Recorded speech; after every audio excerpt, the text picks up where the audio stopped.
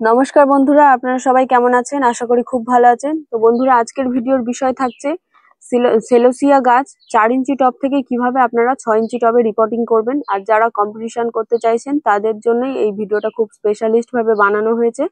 তো চলুন ভিডিওটি শুরু করি বেশি না দেরি করে। তো এই যে গাছগুলোকে দেখছেন, এগুলো আমি কালকেই চেঞ্জ করেছিলাম।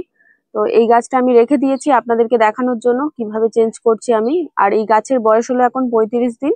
তো এখন আমি এই গাছটিকে রিপোর্টিং করব। তো সেম ভাবেই আমি সিন্ডারটাকে রেডি করে নেব। তো গাছগুলো আগে দেখুন কত সুন্দর বেড়ে উঠেছে। তো আপনাদেরকে আমি বলেছিলাম যে লাইট দিতে, যেদিন থেকে আপনারা গাছ বসাবেন সেই দিন থেকেই লাইট দেবেন, না হলে গাছের শেপটা নষ্ট হয়ে যাবে, কুড়ি চলে আসবে।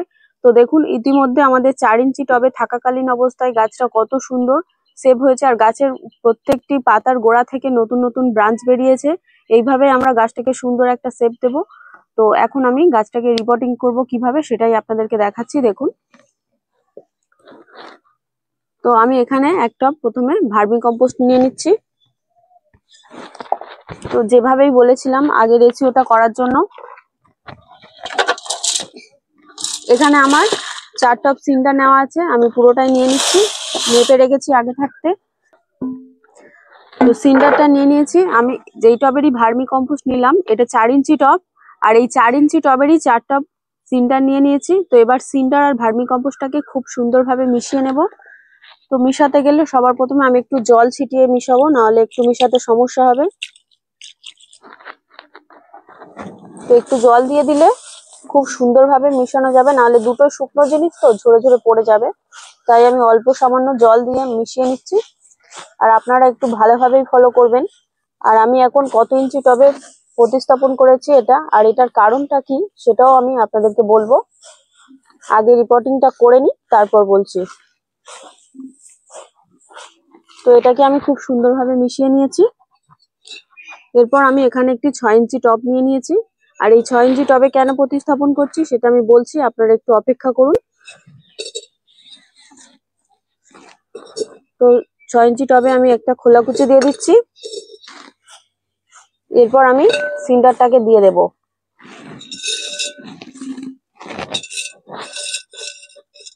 তো দেখুন এখানে আমি সিন্ডার দিয়ে দিয়েছি। এরপর যেটা দিতে হবে, তো আমি এখানে শিংকুচি আর হাড়কুচি মিশিয়ে রেখে দিয়েছি। এটা থেকে আমি নিয়ে 3 দিকে 1 চিমটে করে নিয়ে মিশিয়ে দিয়ে দেব। তো এই দেখুন আমি এখানে নিয়ে নিয়েছি, খুব অল্প সামান্য করে আমি দিয়ে দেব 3 কোণে। তো এখানে শিংকুচি আর হাড়কুচিটাকে দিয়ে দিয়েছি। এরপর আমি অল্প করে সিন্ডার দিয়ে ঢাকা দিয়ে দিচ্ছি। ব্যাস, এখানে ঢাকা দেওয়া হয়ে গিয়েছে। এরপর আমি এই গাছটাকে টব থেকে বার করে নেব।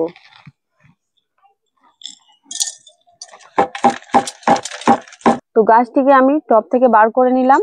আর দেখুন গাছের চারিপাশে কত সুন্দর রুটে ভরে গিয়েছে।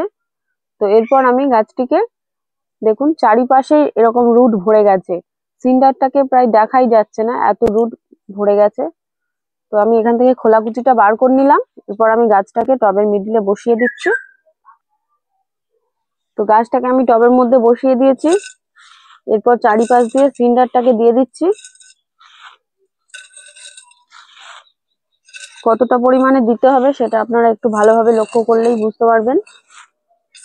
চারিপাশে এরকম সিন্ডারটাকে দিয়ে দিলাম। দেওয়ার পর এটা আমি একটা লাঠির সাহায্যে, এই লাঠিটার সাহায্যে আমি গেঁথে গেঁথে সিন্ডারটাকে নিচে পৌঁছে দিচ্ছি, যাতে কোনো রকম ফাঁকা অংশ না রয়ে যায়। তো সিন্ডারটাকে আমি এইভাবে একটা লাঠি দিয়ে খুব সুন্দরভাবে গেঁথে গেঁথে নিচে দিয়ে দিচ্ছি, যাতে কোনো রকম না গ্যাপ থাকে। তো দেখুন এখানে কত গ্যাপ ছিল দেখলেন। তো এইভাবে আমি সিন্ডারটাকে দিয়ে দিলাম। তো আপনারাও এইভাবে দেবেন। আর কতটা পরিমাণে সিন্ডার দিয়েছি আপনারা একটু ভালোভাবে ফলো করুন। আর এই নিচের দিকের পাতা দুটোকে আমি ছিঁড়ে ফেলে দিচ্ছি, এগুলো আমাদের আর কোনো দরকার নেই। তো এখন আমি বলবো যে এই গাছে আমি কি কি পরিচর্যা করেছি। তো তার আগে আমি গাছে একটু জলটা দিয়ে দিই।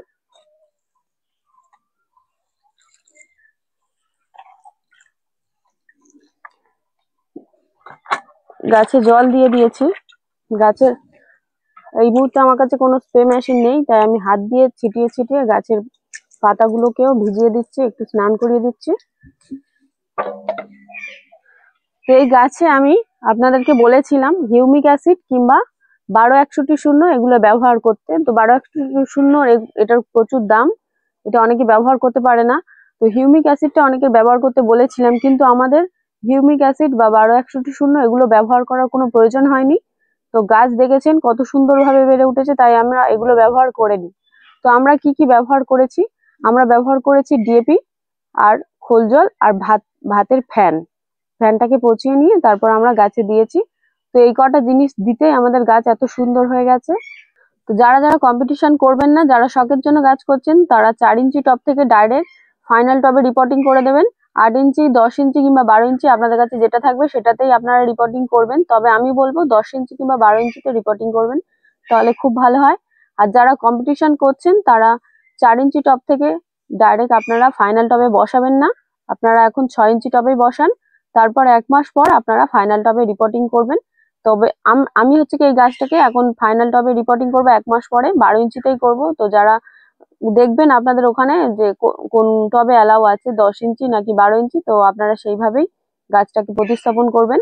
তবে এর 1 মাস পরে আমি অবশ্যই 12 ইঞ্চিতে রিপোর্টিং করব। আর রিপোর্টিং করার পর কি কি পরিচর্যা করতে হবে সেটা আমি তখনও জানিয়ে দেবো। তবে আমি এখনো বলছি যে কি কি ব্যবহার করতে হবে। তো 4 ইঞ্চি টবে যেমন পরিচর্যা করতে বলেছিলাম, 6 ইঞ্চি টবেও সেম পরিচর্যা হবে। এবার 12 ইঞ্চিতে যখন আমরা গাছটাকে রিপোর্টিং করব, তখন শুধু দুটো জিনিস অ্যাড করতে, দুটো না 3টে জিনিস অ্যাড করতে হবে। সেটা হলো মাছ পচা আর ভাতের ফ্যান পচা আর কাঁচা গোবর পচা। আপনারা এই 3টে জিনিস 1 কেজি করে নিয়ে নেবেন, টোটাল 3 কেজি হবে। এর সাথে আপনারা 10 থেকে 12 লিটার মতো জল অ্যাড করবেন, করে 15 দিন মতো পচিয়ে নেবেন জলটাকে। নেওয়ার পর সেটা খুব ভালোভাবে পচে গেলে সেখান থেকে আপনারা 1 লিটার মতো নিয়ে নেবেন। নেওয়ার পর সেটাতে আপনারা 10 লিটার জল অ্যাড করবেন, করে যেমন আপনারা প্রতিদিন গাছে জল দেন ঠিক সেইভাবেই আপনারা পরিমাণ মতো গাছের গোড়ায় এই মাছ, গোবর আর ফ্যান পচানোর জলটাকে আপনারা গাছে দেবেন।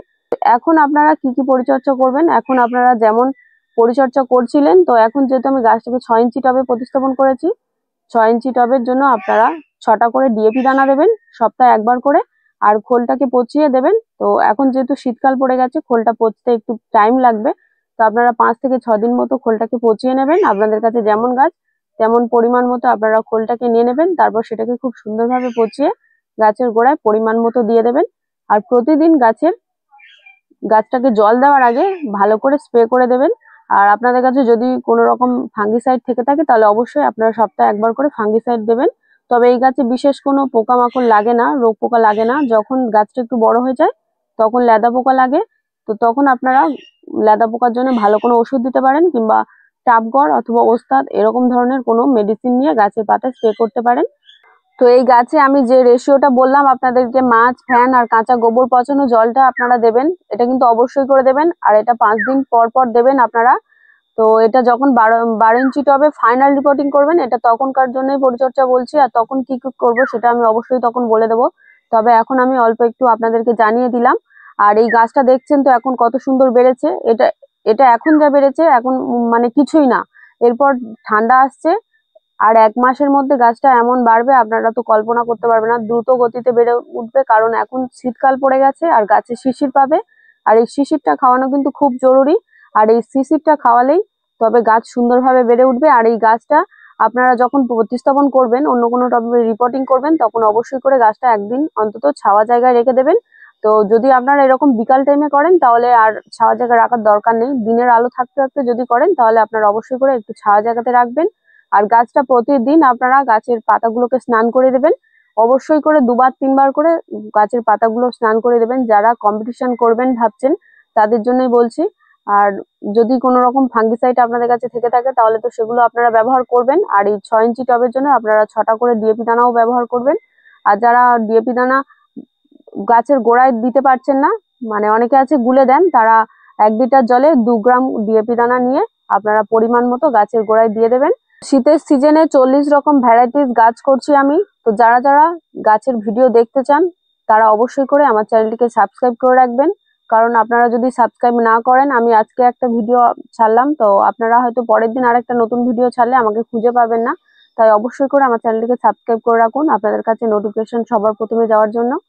তো আজকের এই গাছের ভিডিওটি আপনাদের কেমন লাগলো তা অবশ্যই কমেন্ট করে জানাবেন, আর যদি ভালো লেগে থাকে তাহলে একটু লাইক করবেন। আর এতক্ষণ এত মনোযোগ দিয়ে ভিডিওটি দেখার জন্য আপনাদের সবাইকে অসংখ্য অসংখ্য ধন্যবাদ।